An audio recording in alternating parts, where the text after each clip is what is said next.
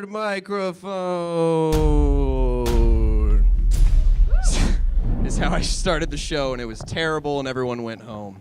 Hi, everyone. Sounds like an AA meeting. My name's Danny Neely. I'm going to turn this wireless mic off. Hi, I'm Danny Neely. There's hot cheese in the back. I hope everyone's enjoying that. Is everybody, you made it here all right, obviously, because you're here. I appreciate that. A lot of people went home this weekend, which is frustrating. But you guys made it here. You made it here all right. Did you see the materials, the promotional materials? The signs or the chalk? What worked best? This is like a quick survey before the show starts. This is a marketing survey. What? The chalk? The sign? Standing in front of the union? Okay, so some people said all the things, and this is accurate data I can use to better promote the show next time. Great. We got a lot of great comics here tonight. Obviously, UPC put this all together. They dressed the room. They have those are real candles, by the way. They're real fake candle. They're really plastic. They look great. Thank you, UPC, for the free food and getting you guys all here. How many people pay attention to the news? No, yeah, because why would you? It's terrible. It just makes you sad. But things happen. It's the way of the world. Things happen. This Tuesday, there were elections, right? Everybody follow that? Elections in this country and in this state.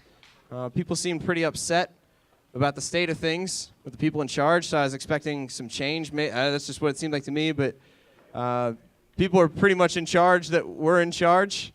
Nothing really happened. Yeah, I know, right?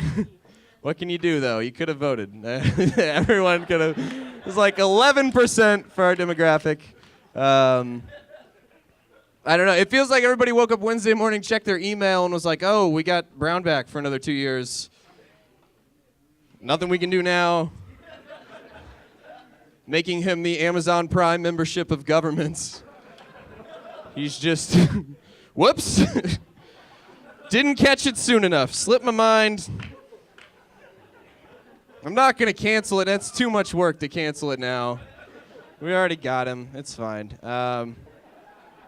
It didn't really matter if you were Republican, Democrat, Independent in this election. Just pretty much as long as you weren't Obama, you were good.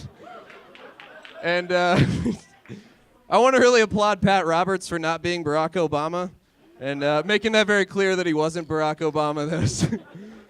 He was really, really not Barack Obama, and I just want to really commend him for that. I feel bad for Greg Orman, who was Barack Obama, I guess. He just was. Not his fault. I guess he was born that way. Just Barack Obama in disguise. That's what's going on in the news. Are people here poor for the most part? Just not. Yeah, not like destitute, but like it's. Yeah, you waited like 25 minutes for chips and salsa, so you're probably at least moderately poor.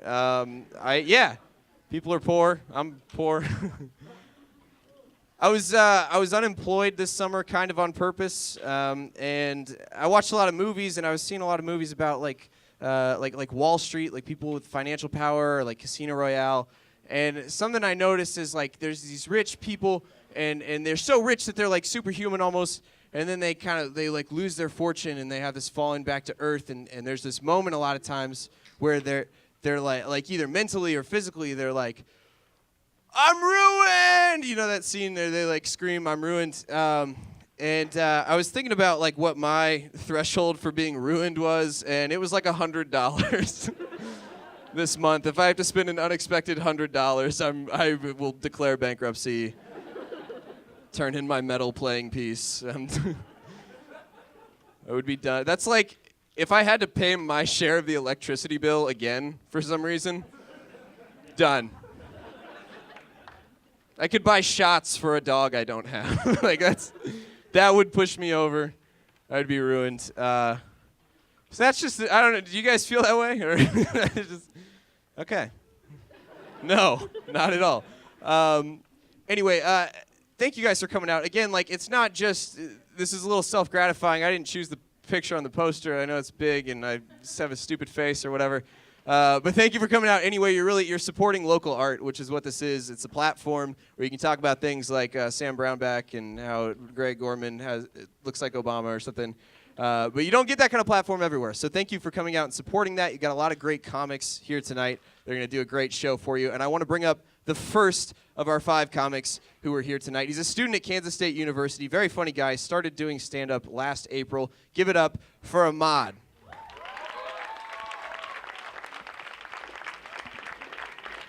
What's up? How's everyone doing? Should we start with my name? My name is Ahmad. I'm 20. I'm a Muslim and I'm Palestinian. Thank you. Wow, one person. Awesome. That's one better than the last time. Yeah, I met 2 guys 2 weeks ago, and one guy is like, "Oh, you're a Muslim?" I'm like, "Yeah." He's like, "I hope you don't take this the wrong way." I was like, "Fuck." He's like, "But I really, really did not like Osama bin Laden."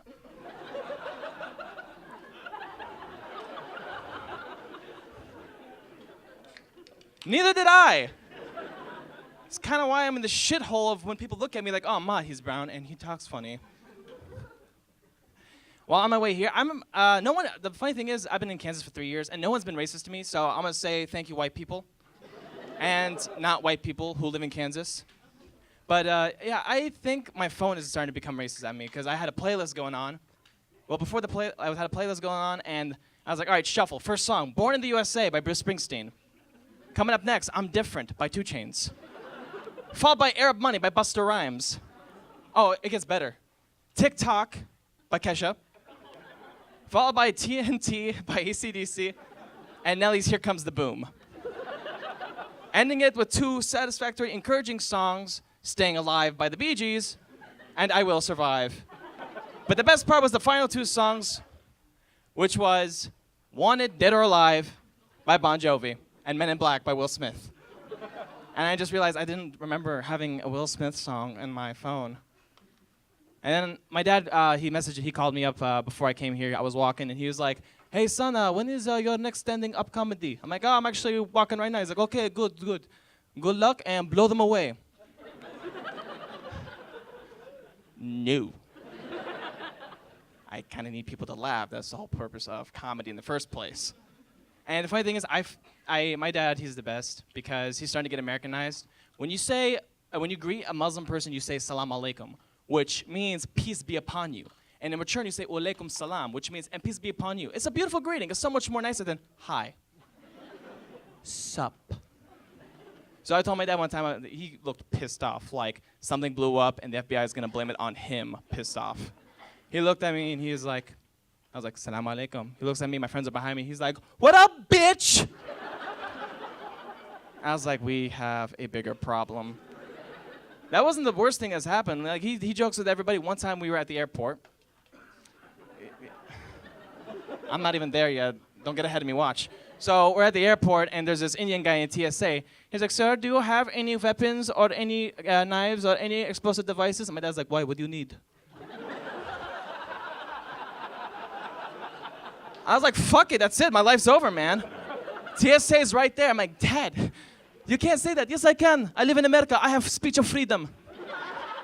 "No, you don't." "What do you mean I don't?" "Because you're brown and you talk funny." Oh my God, my phone's racist. But the funny thing is, my friend, his dad broke his phone, and he went to the one place to get it fixed. The one place no one goes to anymore, and I'm talking about Radio Shack. Don't give me that look. No one goes to Radio Shack anymore. He goes there, and ever since then, he's been bragging about how great Radio Shack is. It's amazing. I'm at my friend's house. My friend's like, "Dad, what's the Wi-Fi password?" He's like, "I don't know." But the guys at Radio Shack do. "Dad, where's the remote?" "I have no idea." But the guys at Radio Shack do. "Do you know what's for dinner?" The guys at Radio Shack do. They know everything. He's so close with the guys at Radio Shack that he invited them over for Thanksgiving dinner. And they do come because no one shops at fucking Radio Shack anymore. Do we really need to go to this guy's house? He's paying our bills. Well, okay then, no problem. My family is weird. My mom is weird. She gets really, really angry at me whenever I forget the milk. Like she gets like threatening, and I become sort of kind of racist against her. And she's like, "Did you bring the milk?" "No." "You are so lucky we are not Taliban." I was like, "What are you gonna do? You're making a bomb out of the milk?" Oh, yay, Captain Crunch. Eat all of it. There's a prize inside. Oh, my family is interesting. Do you guys remember the Westboro Baptist Church, or that one church group coming in a week ago or whatever? They were calling all the girls whores and all that. Yeah, it was in front of the union. It was amazing. Not really amazing. It was amazing what people did. People stood around. They're just like, okay, so this is what an idiot looks like. And I walked by and they're like, that's what a terrorist looks like. I walked by and the guy's like, excuse me, sir. I'm like, I'm already Muslim. Thank you. I don't have anything. And he's like, oh, so you're a terrorist. I'm like, sir, I am not a terrorist. I have bombed some tests in my past, but it hasn't everybody. And which got me to a new thought, which is this. If you are going to go take a test and you know you're going to bomb it, and you know it's going to fuck up your grade, technically, I'm not the only suicide bomber here in this university. It's the sad truth, people. I know. It's the sad truth. I'm not going to lie, though. A little part of me, when he called me a terrorist, really wanted to go, strike in dislocation! It's not the only time I felt like I wanted to say something like that, because I was in a plane, again, and I was sitting next to this one guy, and he was nervous. And I'm like, why are you nervous? He's like, this is my first time flying. I'm like, hey, no, don't worry, man. And he's like, no, it's just last night I couldn't sleep, so I decided to watch a 9/11 documentary. That's like watching Jaws before you go to the beach to swim. Who the fuck does that? And I'm like, hey, man, that was a long time ago. Don't worry about it. But some part of me, I don't know why, I just wanted to go, sit tight. It's going to be a bumpy ride. Muslims, good Muslims, we're not bad people. I swear to God. I come up here and I tell people, good Muslims, we're not bad people. We don't want to blow you up or anything like that. We just want to feed you until you explode. We're that hospitable. Come eat everything. Come eat everything. Come take my house. Take my jewelry. Take my car. Take everything. It's okay. It's okay. The only thing, a stereotype about Arabs that's true is large families. I'm the oldest of 7 kids, which is a basketball team with subs. It's amazing. My favorite is my little 5-year-old brother. He goes with me everywhere, but I hate it because people think he's my son. I'm 20, he's 5, so the mathematic of a fucked up teen pregnancy is present. So I don't blame them. One time we went to Walmart one time. This was the best thing ever. We went to Walmart one time, and my brother's like, where's the toys at? And then the guy is like, aisle 16. Thanks, asshole. So we go to aisle 16, and there's no toys, but just a bunch of condoms. And I'm like, oh, that guy is good. And my little brother's like, so what's that? Gloves. Gloves for work? Some might say that. Oh my God, well, there was no toys, but there were not bad toys in that aisle. My little brother's like, man, look, it's a purple lightsaber. That's not a purple lightsaber. And then the guy walked by again, he's like, that's not a lightsaber, that's a vibrator. Ha! And I'm like, thanks, asshole, again. He's like, what is that? I'm like, nothing, let's go to the toy section. He goes, give me the lightsaber. I give him the lightsaber, it's a red one. He sits it out, he looks at me, he goes, Ahmed, fight me. And I would love to, but my heart dropped because right next to him was a Walmart worker, right here, and he looked at me like, motherfucker, if you mess this aisle up, I will shoot up the whole place. And he's white, so I believed him. Oh, now it's a bad joke. But the terrorist jokes were just fine, weren't they? So I was like, bro, I can't fight you. I'm 20 years old, I'm in college, and he just left. Give me the green one. Give me the green one. There's no green left. Damn it. I'll be back. Where are you gonna go? I'm gonna go get the purple lightsaber. No! Give me the fucking blue one. He gives me the blue one, we're looking at him, and he's intense. Like, this kid, I raised him to be a nerd, so he's gonna be a virgin like me when he's 20. So he looks at me, he's like, Ahmed. And then the guy walks, a Walmart worker walks in, he looks, he goes, what's going on? My little brother's like, this is not the aisle you are looking for. And he's a pimp because the guy's like, this is not the aisle I'm looking for. I'm like, how the fuck did you do that? He's like, I practiced. I was like, we looked at each other, and he's like, I am your father. Technically, according to these people, I'm your father, but that's cool. I think my little brother's the youngest kid to ever get kicked out of Walmart before. Because what happened was, it was just a normal fight. It was fine, no problem. Until other kids from other families saw us fighting, and they wanted to be part of the new audition for the Star Wars movie. So they got lightsabers, they were fighting, like, your dad's awesome, like, you little fucker. I didn't actually kick him, but I wanted to. And why he got kicked out was, the manager walks into the aisle, he's like, what the hell is going on? And my little brother just so happened to trade one kid for the purple lightsaber. He walks in, all the kids are playing dead except for my brother because he's a badass. My little brother has the lightsaber in his hand, one foot on top of a kid's chest, and he's like, I have the power! Bzzz. We get home. He's like, what happened? I'm like, I'll tell you when you're older. We get home. My mom's like, did you have fun? And we hit our lightsabers like, yeah, we had fun. We had fun. And then she's like, so where's the milk? I didn't buy a purple lightsaber, but that night I did get fucked. Yeah. And afterwards, I decided to end my time. I'm like, you know what? Fuck this. I'm going to go watch a movie. I went to the movie. My friend called me up. He's like, hey, man, I'm at the mall. I'm like, all right, which store are you at? He's like, I'm not going to tell you. I was like, okay. I hung up and I met him at Radio Shack 2 minutes later. I see that, and I go inside, and his dad and his mom are fighting. They are fighting, and I'm just like, what the hell's going on? He's like, I have no idea. They're fighting. And he's like, why are you being such a bitch? And the mom's like, I'm pregnant. And then Jack's like, oh, congratulations. The manager from Radio Shack was telling them congratulations. He's like, shut up, Jack. And I'm like, and the guy's like, how the hell did you get pregnant? She's like, I don't know. I looked at my friend and I said, but the guys at Radio Shack do. That's all the time I have, you guys. Thank you so much. Give it up for all these comedians. They're hilarious. Keep it going for Ahmad. Keep it going for Ahmad. That was great. I hope everyone's getting nachos, getting their hot cheese. I've said hot cheese so many times into this microphone. Isn't that great? I'm gonna keep saying hot cheese into this microphone. Yeah, right? Every time I do it, I want to hear somebody go woo in the hot cheese. Yeah, that's right. You don't know how empowering that is because you're not up here, but it really is. Again, we have great comics here tonight. 4 more. UPC, thank you for putting all this together. I feel like I should continue to thank them. Yeah, give them a round of applause, because, yeah. It takes a village to do the comedy thing. I don't know. We'll keep it going. This next guy traveled here all the way from Kansas City. So, yeah. Somebody give him some toll money when we leave, because we're doing this for free. So please give it up for your next comedian, Gage.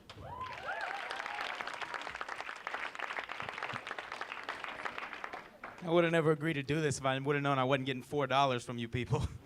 Come on. Well, yeah, I'm Gage. I'm from Kansas City. This is my first time in Manhattan, so thank you guys for having me. I appreciate it. I'm going to be honest with you right off the bat. I've been a little bit unfocused lately because I've been dating a new girl, you know. Been dating this new girl, and I really like her a lot. I know I like her a lot as a comic because I'm starting to write jokes that I'm afraid to tell in front of her. That's how you know you're really starting to care. But I got to be honest, I know it's not going to work out. It's just not going to work out. Because she is 2 inches taller than me. And I know you women wear heels, so that effectively makes her like 4 to 6 inches taller than me. When we go out on date night, it looks like I'm a little kid getting walked to the bus stop by his mom. All the dudes that want to holler at her are just waiting for her to go, okay, have a good day at first grade, honey. And I'll be like,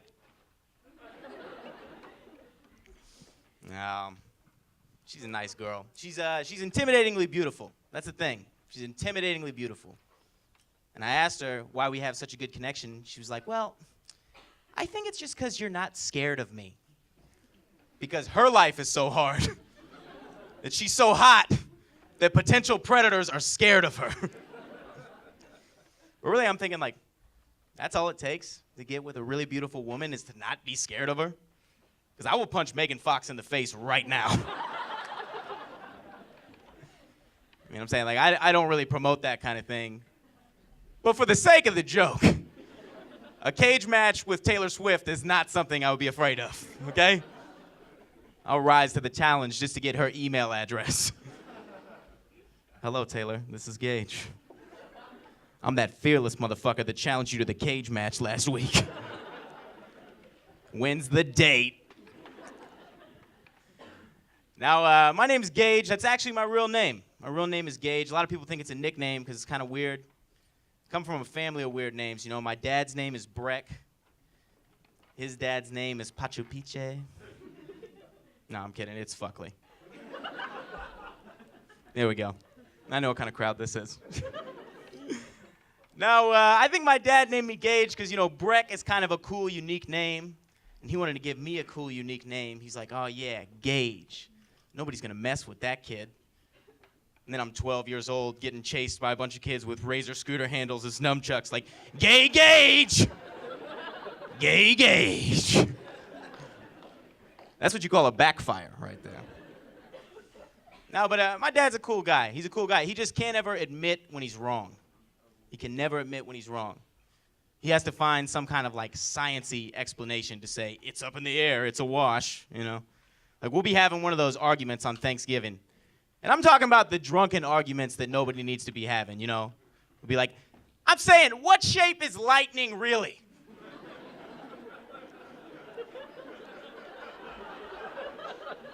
I mean, I know when you see it in the sky, it's a zigzag.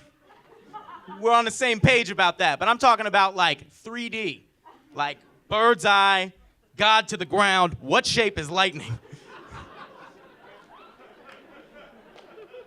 And don't even try to act like you know the answer to that question, because nobody knows. But my dad, he can't just admit that he doesn't know. My mom always calls to him to ask him the question. She says a little bit of my name first before saying his name. Breck, what shape is lightning? I mean, like 3D, not the zigzag. Come on. And gay Breck can't admit he has no idea. He has to be like, well, you know, it depends on how much voltage you got coming through the lightning when it hits the ground. I'm just like, Dad, you drink Milwaukee's Best Light. You don't know. Oh, man. Now, I don't know. I saw these old people the other day, and they were protesting outside of the Planned Parenthood in Overland Park. Now, I'm not talking anything against abortion. We're not even going to get into that. I'm just saying it was weird that it was all senior citizens, okay? I'm like, why do they care so much about abortion? And then I realized it's probably because they know what it feels like to not be loved or wanted by anybody. All right. We'll move on. I can tell that's not going to go well for me. You always got to have a plan B.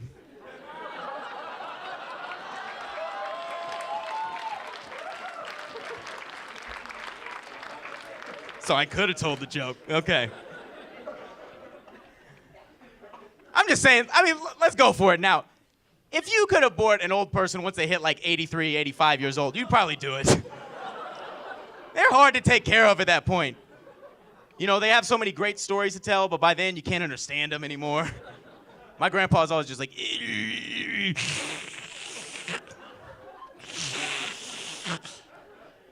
I'm like, Grandpa, what's that sound? He's like, that's what Grandma used to sound like before we got married.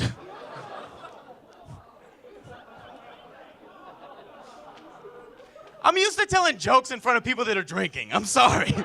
This is too formal for me. I have a shirt that says weed on it right now. I'm trying my best. You know, I get judged a lot because of the way that I look. People all the time ask me for drugs. All the time. And this is when I'm not wearing like a marijuana-related shirt. All the time. And it's usually old guys, too. It's always old guys. I think like they see me with the long hair, and it takes them back to like an Allman Brothers concert in 1977. Like I'm the guy they've been looking for all these years that had the shit. But you can always tell how long it's been since they've asked for drugs by the way that they ask me. They're like, yeah, son, I was just wondering, how much for a lid? I'm like, what the hell is a lid? I was born after Ghostbusters came out. I don't have time for that. How about a zip? I know about that. But I wouldn't, I mean, not that I sell drugs. Come on. I drove 2 hours to do stand-up comedy for free. I'm obviously doing pretty well at something. But those old guys, they don't know what they want anyway. You know, they come from a time where they'd light up that weed and go, and you can tell it's good stuff because it smells like fireworks. I don't know. I really try not to. I don't do drugs. I mean, you know, smoking weed is okay. I support that, but I don't do drugs. Well, we won't get into all that right now. Let's just move on. I used to do drugs though, but I was getting in too much trouble. You know, you take acid and go to Target. Find out there's only so long they'll let you stand in one place trying to move things with your mind.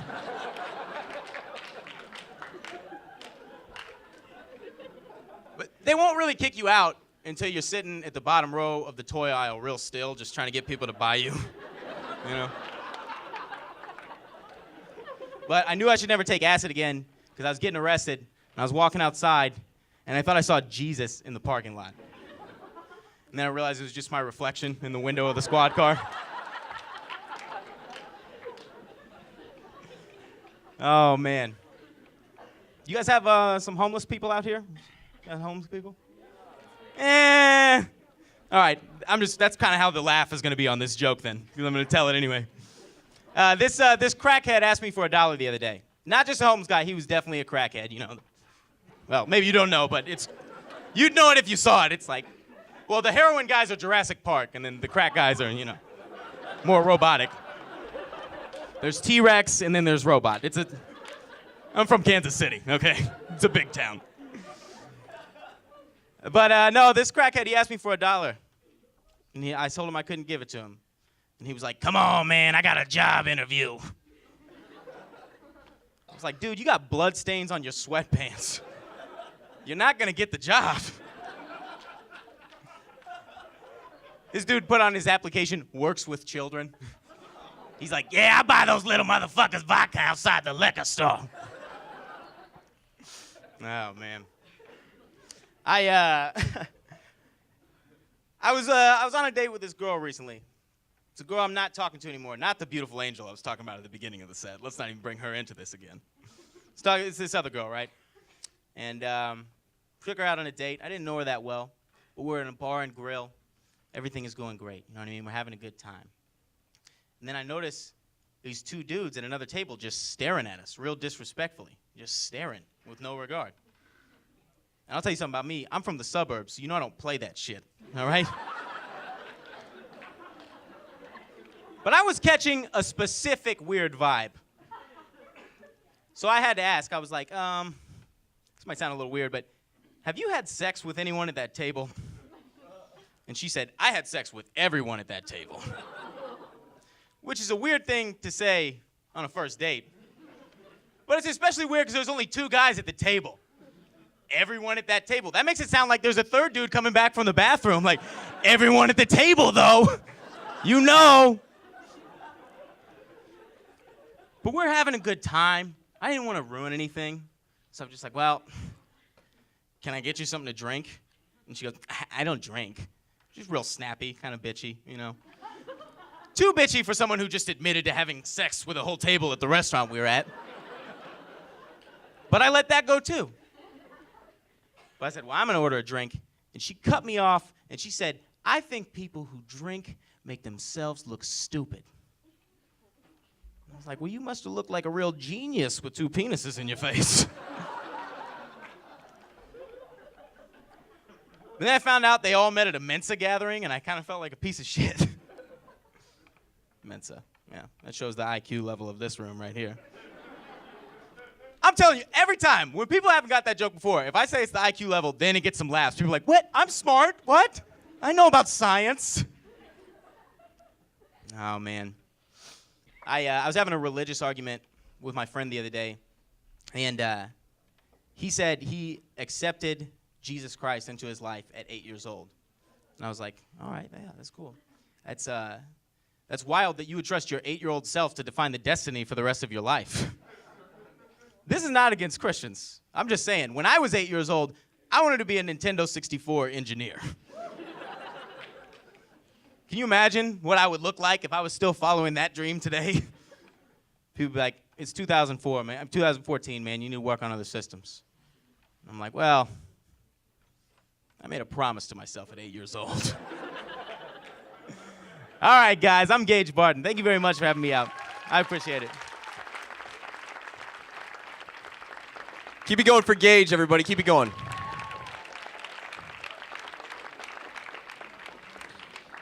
First time in Manhattan. I think he's having a good time. Is everybody out here having a good time in the audience? Yeah. Everybody's semester's going okay? Everybody said no. Hot cheese.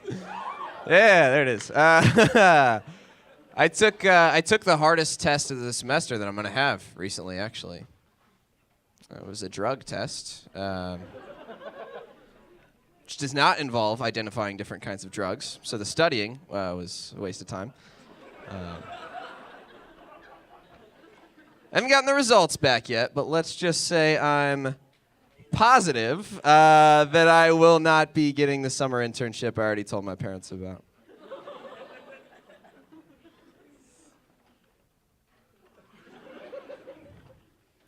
If only it were a joke. Fooled you. I'm a great actor also. Hot cheese. This next guy coming up is back from the bathroom, so I can quit stalling. Yeah, it was all a lie. Everything I did up here was just a lie. But please give it up for this very funny comedian coming to the stage now. His name is Aaron.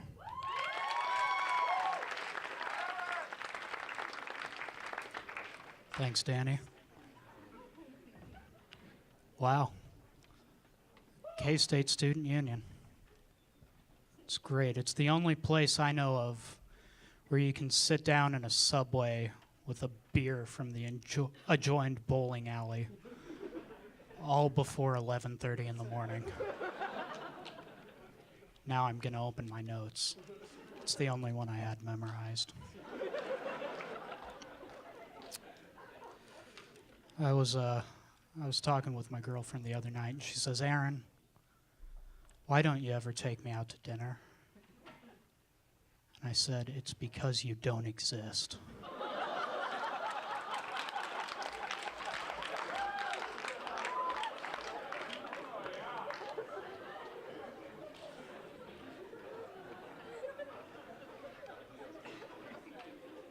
Any NFL fans out there? Pro football? Yeah? Am I the only one who thinks Ray Rice wishes he had Matt Teo's problem? I'm just saying. I am single. It makes it kind of hard because, like, my friends are talking to me about their relationship problems or problems with women, and I just don't identify. Because, like, I had a friend tell me a couple weeks ago, he said, I just don't see a natural transition from talking to a girl to asking her out. And I said, good for you. I don't see a natural transition from not talking to a girl to talking to her. And that's where the advice starts. And it's always the same advice. They tell me, confidence is the importantest factor. And I said, no. Words are more importantest.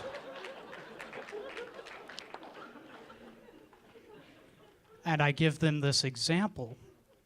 If you have words and no confidence, you're still talking to a girl. But if you have confidence and no words, you're just kind of standing by a girl. Confidently.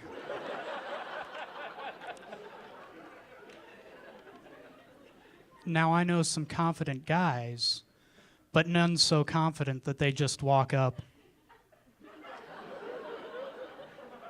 And she says, hi.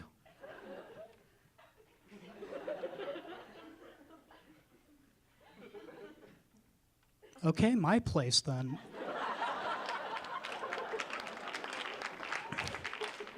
It doesn't happen.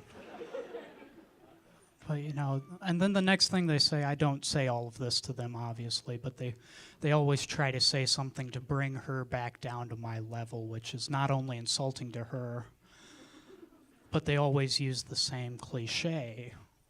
They say everyone puts their pants on one leg at a time, which means to me that they're not creative enough to start the whole pants process in a seated position. Because if you think about it, you could sit the pants in front of you, step in, and just stand up.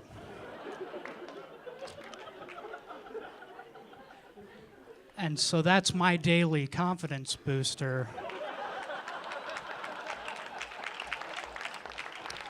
Is I sit on the side of my bed, I put my pants on both legs at a time because I'm better than you.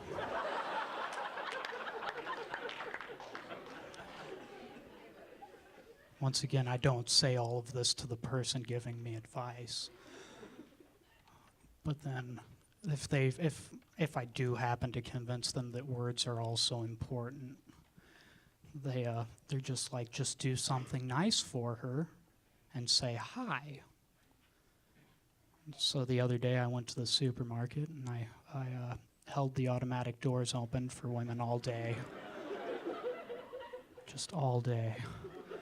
And nobody was saying anything, and I was like, oh crap, I'm supposed to say hi too. So I did hi, hi, hi, hi. This is the rest of my set. Hi. Just kidding. But I realized that wasn't working because they probably just thought I was the Walmart greeter who was so far gone that he forgot his blue vest and showed up in Dillon's.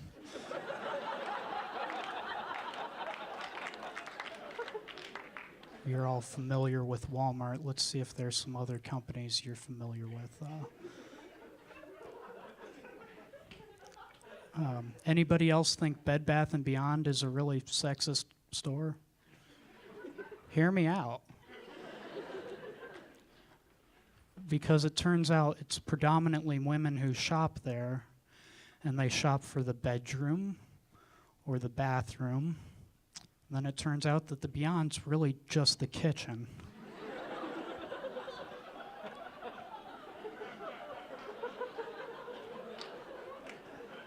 Some jerk designed that. You know, Walmart and Bed Bath & Beyond. I mentioned Subway earlier. Subway's a great place. You get all these insightful questions with enlightening answers. Questions like, what's on a steak and cheese melt? And how long is a 6-inch? And then the sandwich artist, that's a technical term. Sandwich artist answers, steak and cheese and 6 inches. I couldn't work at Subway or any institution that uses sandwich as an adjective when it's clearly a noun. I'm in a pie shirt. You should have guessed there was a nerdy joke coming. But yeah, I had I feel like there should be a better term for somebody who makes your sandwich.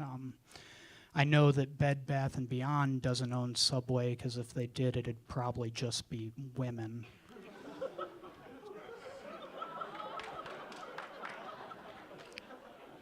It was a nice wave. The people on the left got it a little faster than the people on the right. It's okay. I had a friend who worked for Subway, and she told me, once a sandwich artist, always a sandwich artist. And not only is that dumb, but I hope I get to write her tombstone, you know. Caring mother, loving wife, sandwich artist.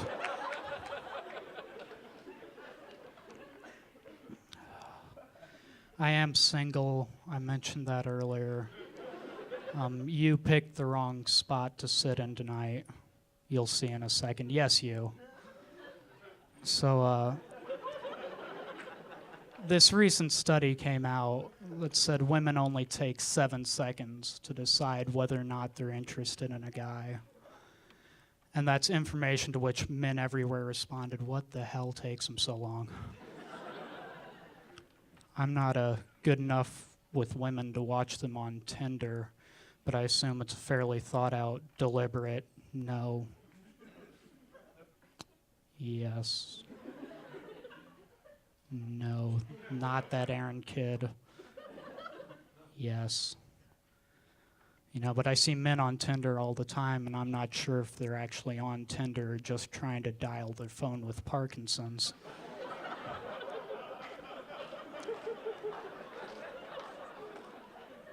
Because men do not take 7 seconds. But I figured, you know, I'm single. I'll use this information to my advantage, and I've come up with a new way to try to meet women that I'm going to demonstrate for you. And you look like you have trouble talking to women, obviously. But if you are bad at talking to women, you know, that's where things start going wrong. Feel free to use this. At any given time, it goes something like this. Usually my mic cord's too short, so I can't walk out there, but you. I'm just going to point you. Hi, I'm Aaron Messerla.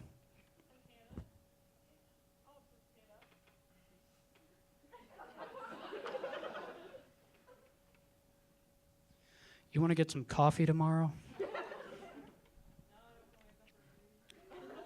Who said anything about early? She's making excuses. And see, I only wasted like 15 seconds. On to the next one, I guess.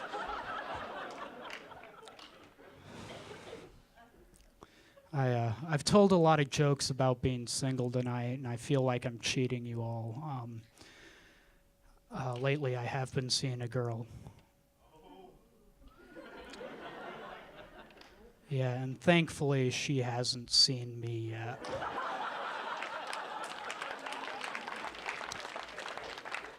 Anyway, that's what I got for tonight, guys. Thank you all for coming out.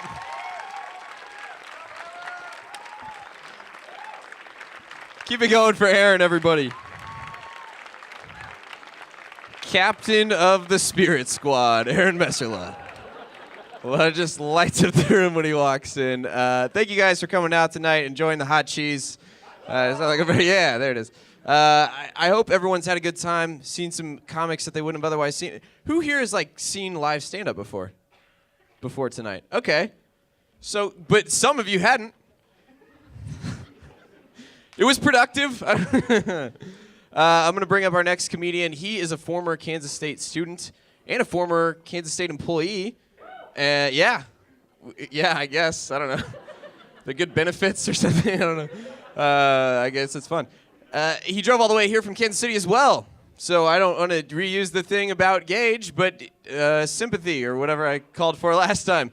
Give it up for Blair Coker. Thank you. Thank you.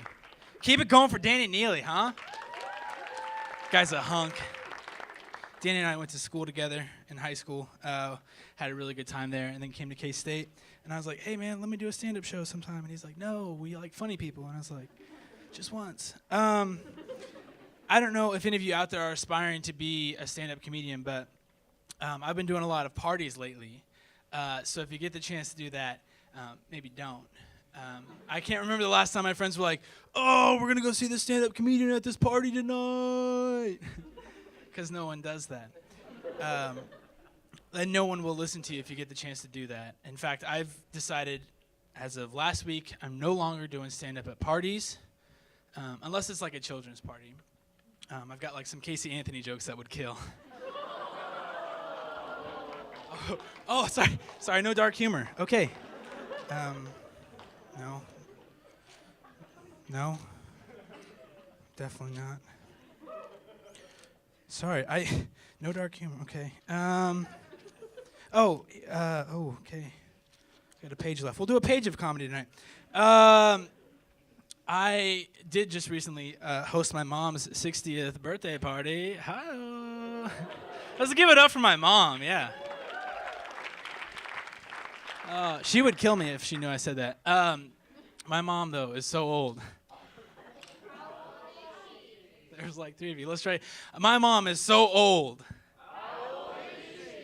My mom is so old that she was shoveling snow last year and she fell and I was concerned. No, seriously, I was concerned. I didn't even laugh. It was crazy.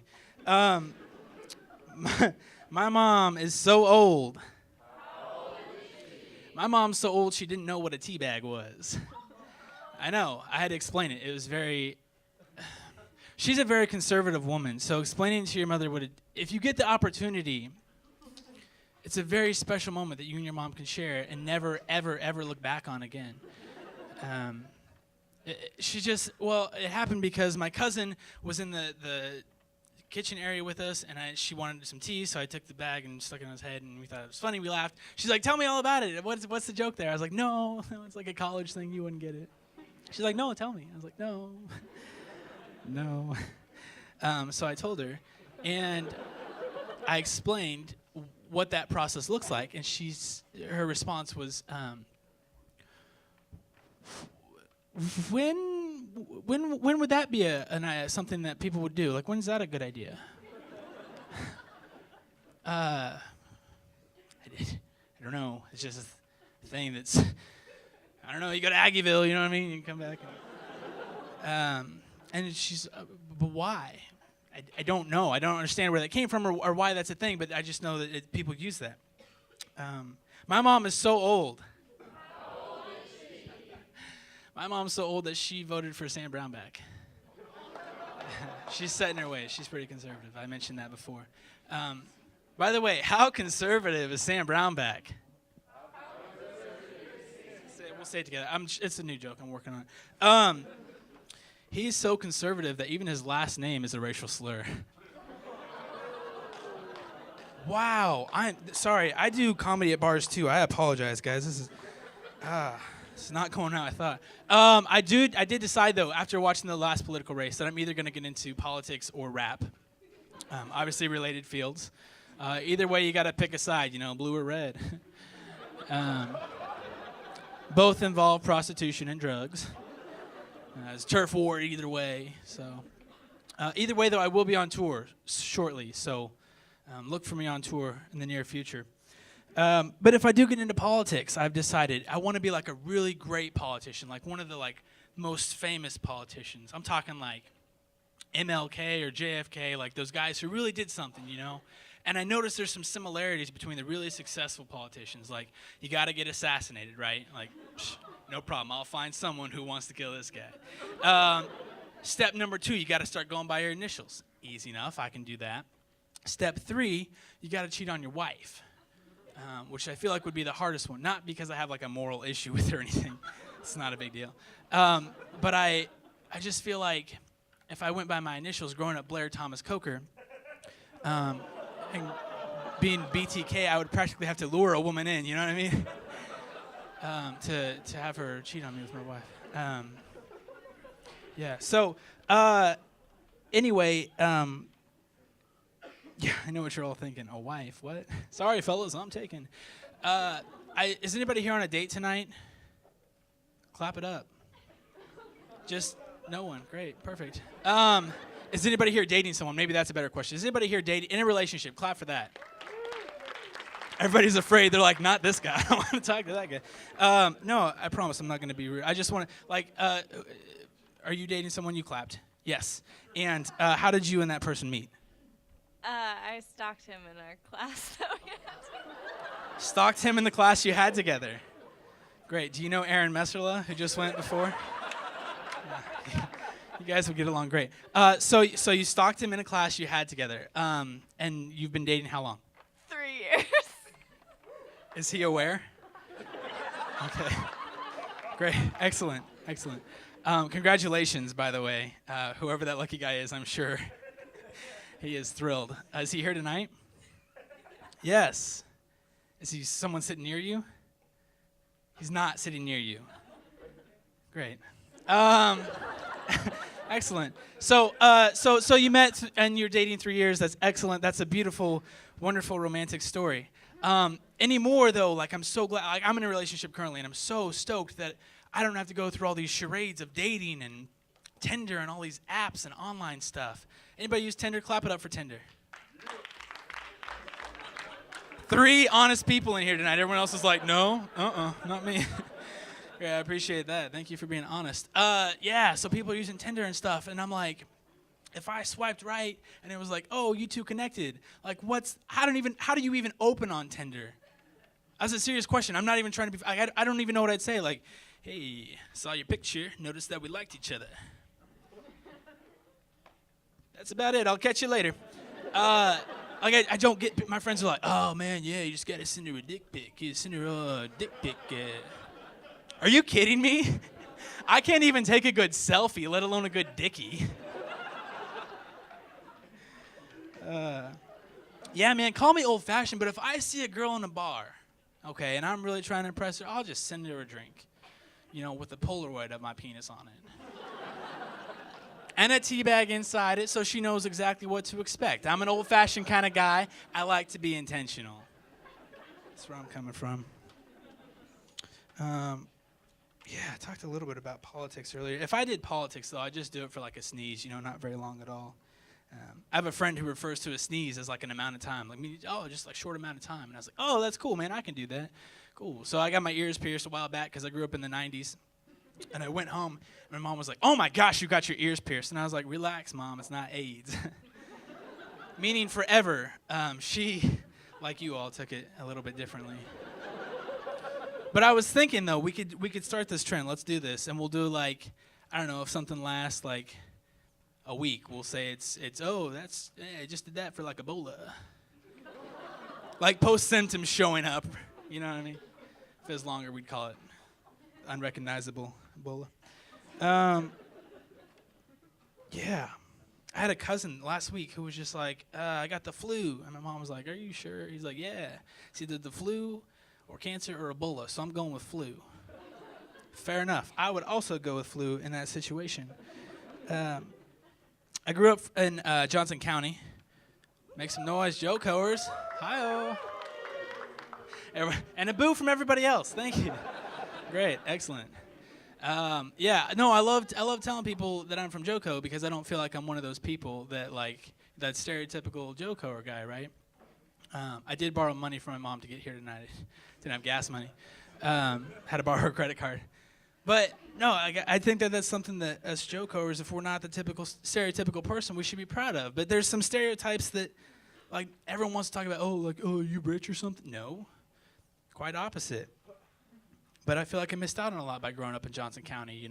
Like I didn't get the opportunities that other kids got. I didn't get to grow up in a trailer park.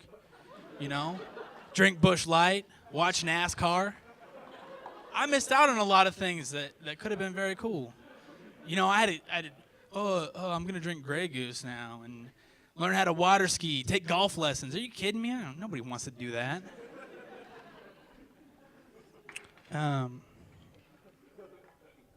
Thank you all for being out here tonight. Round of applause for you guys for showing up on a Friday night. Absolutely, absolutely. I did mention that I have a roommate currently. I call her Mom. Yeah, I'm living at home. I know. Sorry, ladies. Again, I am taken. Living at home with my mom, and it's this weird, like, in-between stage. Like, I'm trying to find work in Kansas City, but, like, living at home, but I've already had a job for a little bit. And so, like, my mom, she'll ask me to do all these things, and every once in a while she'll get feeling brave and, like, try to do something herself, right? Like, one time I came home from the store, and she was, like, trying to replace a light on the ceiling. And that was fine, but she was using a ladder. And instead of using a ladder like a normal human being and reaching out over the ladder, she was reaching off of the ladder this way and trying to turn it. And I was like, no. And she's like, I got it. And I was like, no, just stop. Like, let me take it. She's like, no, I'm almost there. Just let me finish. And I was like, okay, well, at least let me brace the ladder for you. Like, I'm trying to be a good son. So I'm holding the ladder. And on her last little final turn of the light bulb, she fell. And there are certain parts of a mother that should never touch certain parts of her son after the birthing process. And as she fell forward and I'm bracing the ladder, I know, I was there. She fell and I got as I'm falling, I got a big old mouthful of mom muff. And I'm laying on the ground mortified. And she starts cracking up. And I was like, what is so funny about this? And she goes, I teabagged you. Thank you so much, folks. My name is Blair Coker. You've been a great audience. Appreciate you being here tonight. Keep it going for Blair, everybody. Yeah. Wrong side. There's rules. I was tweeting a lot today. Sorry if that bothered people who saw it, but 2 people were lucky enough to help me via Twitter to win things if they're here tonight. So I'm going to call out their names. Dallas Belmont, are you here? Yeah? Come on down. It's a Chipotle gift card. Ooh. College kids love Chipotle. Why? Why? It's too much food. Yeah, right here. Enjoy it. Yeah. Hey, thanks, man. Appreciate it. You having a good time? Just okay. Good. Do you got the hot cheese and stuff? Is that? People are pretty big on it, so I didn't know. Okay, we'll catch up later. And then Courtney Nance. I saw you earlier. You're here, right? Yeah. Hey. Should I just throw this to you, but possibly at you, depending on how everybody there's cameras, so we might be on SportsCenter later. I don't want to say it was. Yeah, I don't want to. It was a good throw though. Everybody saw that it was a good throw. We all agree that was a pretty good throw. One half of that went well, and it was the throw. So I to lay anybody under the bus. Are you leaving? just.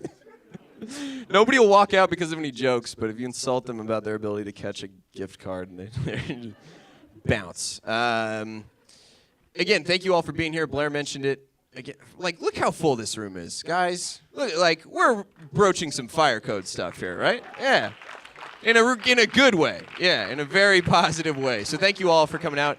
I'm gonna introduce our next comedian right now. She is the only active female stand-up comedian that I know of in the Manhattan area. Yeah. Right? She's like a unicorn. She looks like she is what she's gonna have hooves and she's gonna try to give it up for Maureen Berry.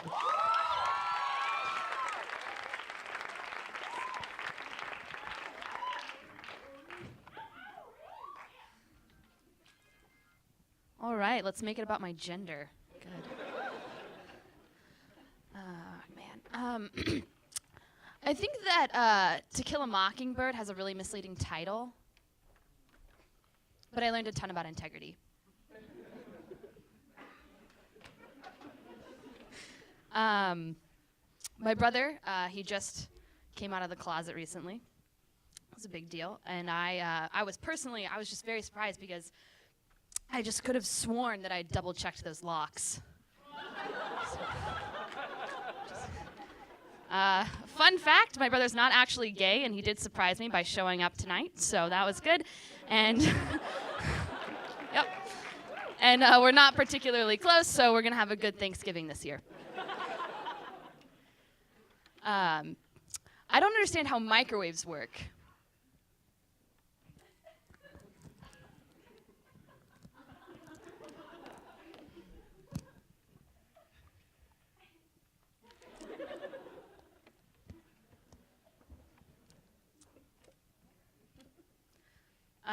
I was at the rec the other day. Anyways, I was at the gym the other day. I was actually in my bed eating, but the point is, I was thinking, God, just how do you break it to a highway that it's adopted?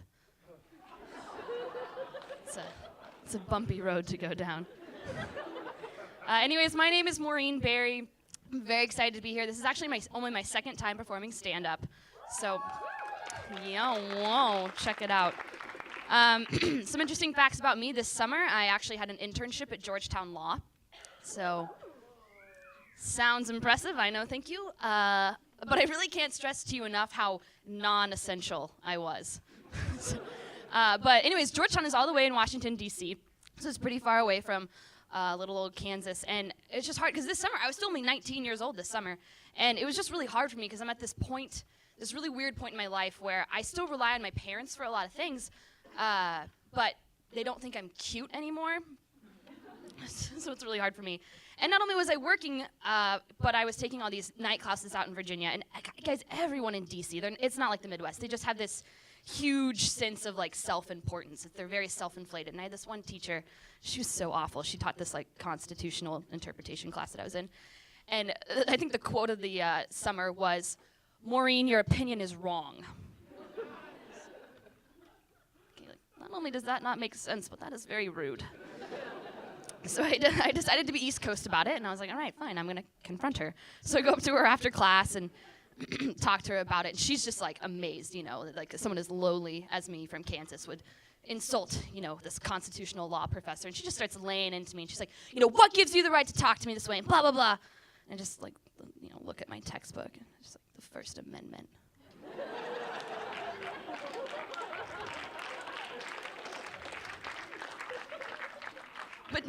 But DC is really, it's actually a very, very crazy place. Who here has actually been to Washington, DC in the summer? All right, we've all been on an 8th grade field trip. Happy about that. But anyways, you guys know the Smithsonians are what's really, really popular. They're crazy, crazy popular. And right now, what's most popular is the zoo because they have the pandas. And not only do they have the pandas, but they now have the baby pandas. So it's like a whole thing. And these tourists will come, and they'll go, and they'll stand in line for hours at a time. They just stand in line. And shift down slowly. And they get up to the pandas, and they only get to see them for like 10 to 15 seconds, and then they get ushered along. And I actually didn't get a chance to go see the pandas because I thought that was stupid. And I hate people. So I opted for the misanthrope viewing, which is where they actually have like a live stream of the baby panda cage. You can just, anytime of the day, you can go on and look at that. And this live stream of the cage, it gets thousands of views every day, and it's just absolutely mind-boggling to me. Just because whenever I put a baby in a cage, people get really sensitive about it. You'd think it was the humans who were endangered. Ridiculous. I don't want to paint tourists though as completely bad. I mean, it was fun because I wasn't like a local, but I knew the layout pretty well because I was an intern there. So you know, it's just fun. You see them like, oh, we're gonna go to this specific site, and we're so excited. And they're going the wrong way, and then not intervening. Gave me a lot of joy. So, and I like to watch them on the National Mall because I don't know if you guys, but the National Mall, it doesn't have a sidewalk. It's actually this like gravelly path that they have, and they trip constantly. And through my observations, I have come to the conclusion that as human beings, we only have 3 possible reactions to tripping in public.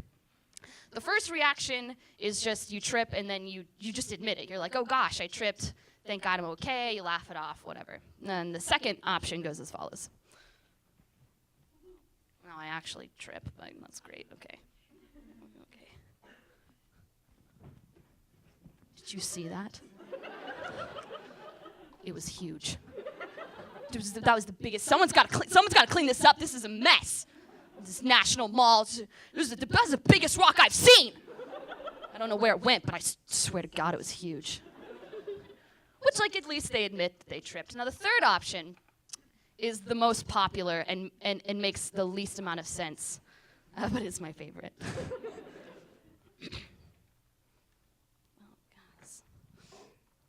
And I'm just going to run for a bit, and I'm done. Good.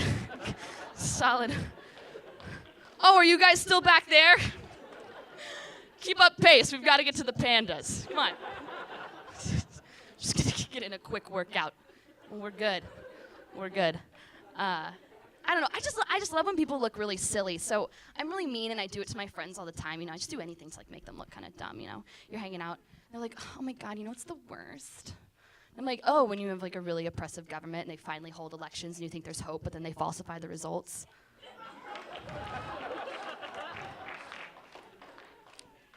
I was gonna say when your iPhone loses all its battery. No, yeah, your thing. Yeah, I'm sure that really stinks. I don't know. I can't behave anywhere that I go. I really, really can't. Even around my family. I come from this large Irish Catholic family, so I feel like we're always reproducing, which means that I always have a baby shower to go to, and it's probably someone that I don't even know. And baby showers are so dumb. You always have to play these stupid games like, oh, when's the baby gonna be born? How much is it gonna weigh? Is it a boy or a girl? So whenever I have to go to these things, my personal form of protest whenever we have to play like the guess the gender game, I always guess hermaphrodite. But statistics say one day I'll be right. I know, but I mean, and I get a lot of responses to this. Some people think it's funny, a lot of people don't. And the most common response to that is, Maureen, that was not a very Christian thing of you to do. I'm like, gosh, you're right. That wasn't a very Christian thing of me to do. But you are assuming I'm a Christian.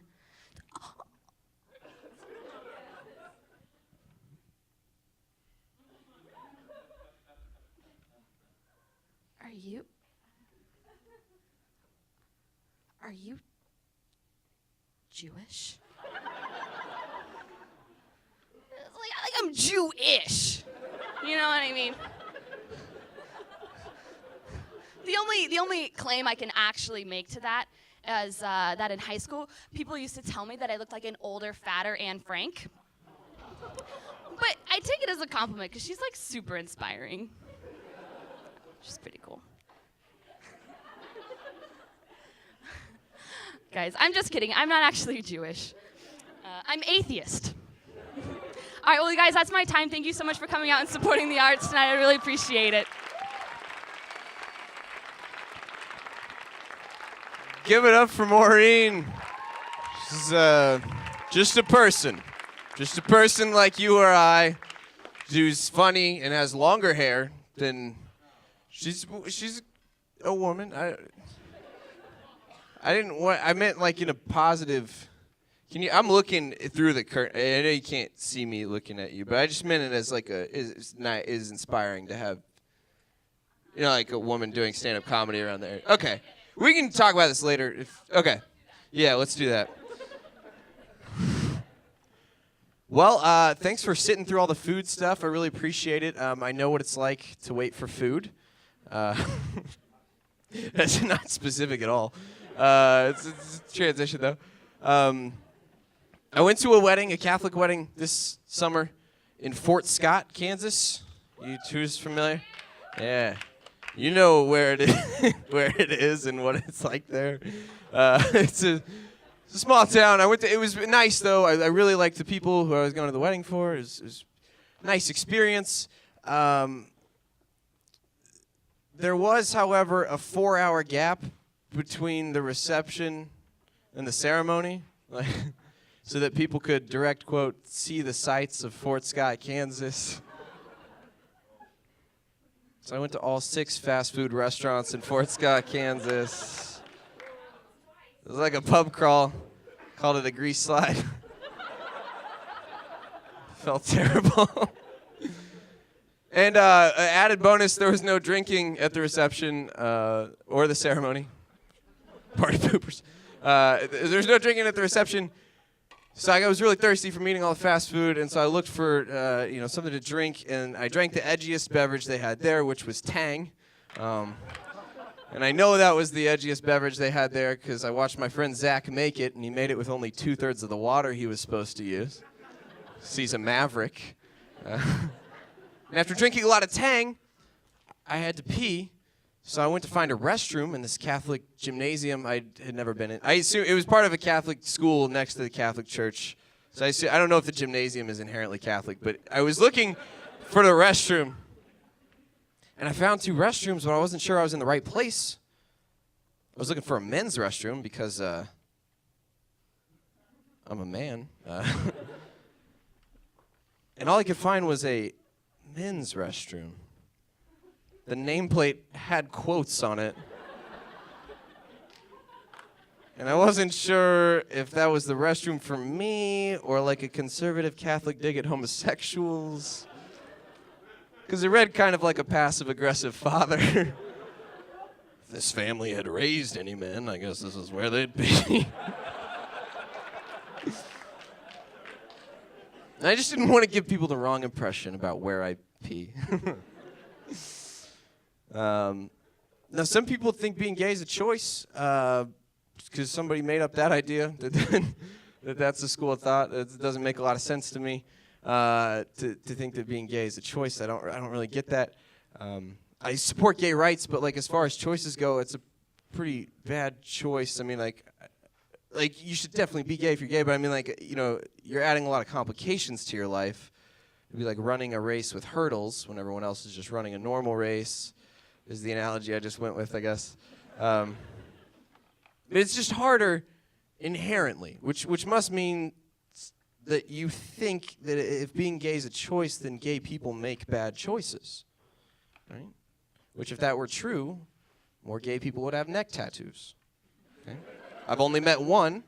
He was still very nice. If being gay is a choice, I was gay in 5th grade because I chose to play clarinet. It was a waste of time, and it got me no action. It's a twofer. I did not get laid in 5th grade. I did not. I'll say it. I'll say it to all you strangers. I didn't get laid in 5th grade, and I'm not. It doesn't change.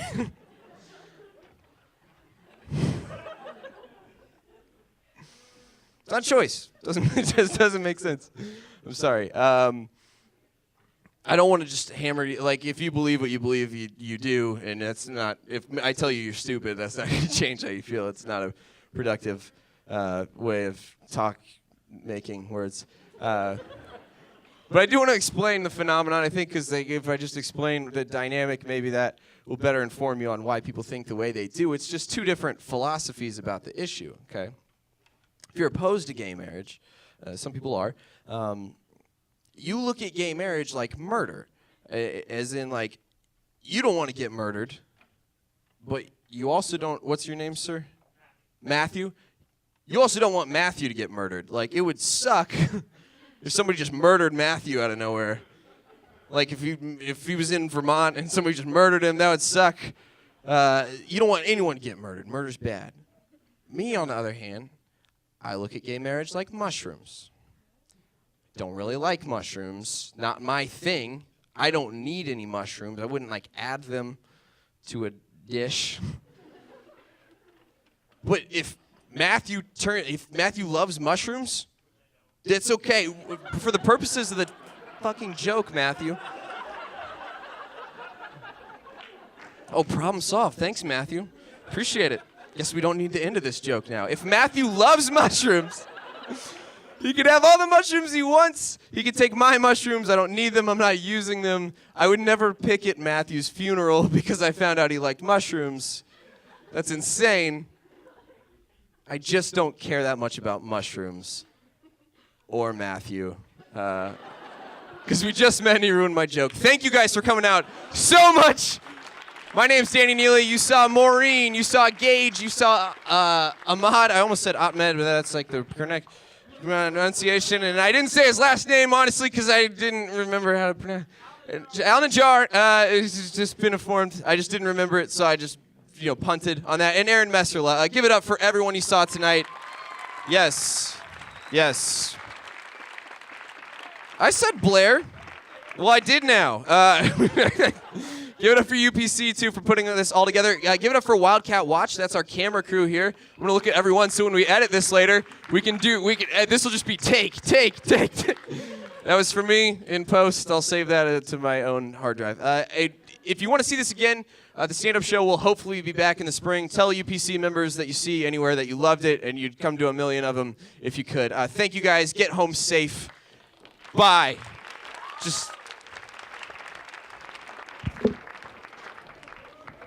Time for Danny Neely, everybody. He did awesome. Well, he did the thanks for everyone, so have a good night. And if you want to check out more stuff that UPC does, just check us out online, www.ksu.edu/UPC. So have a good one, guys.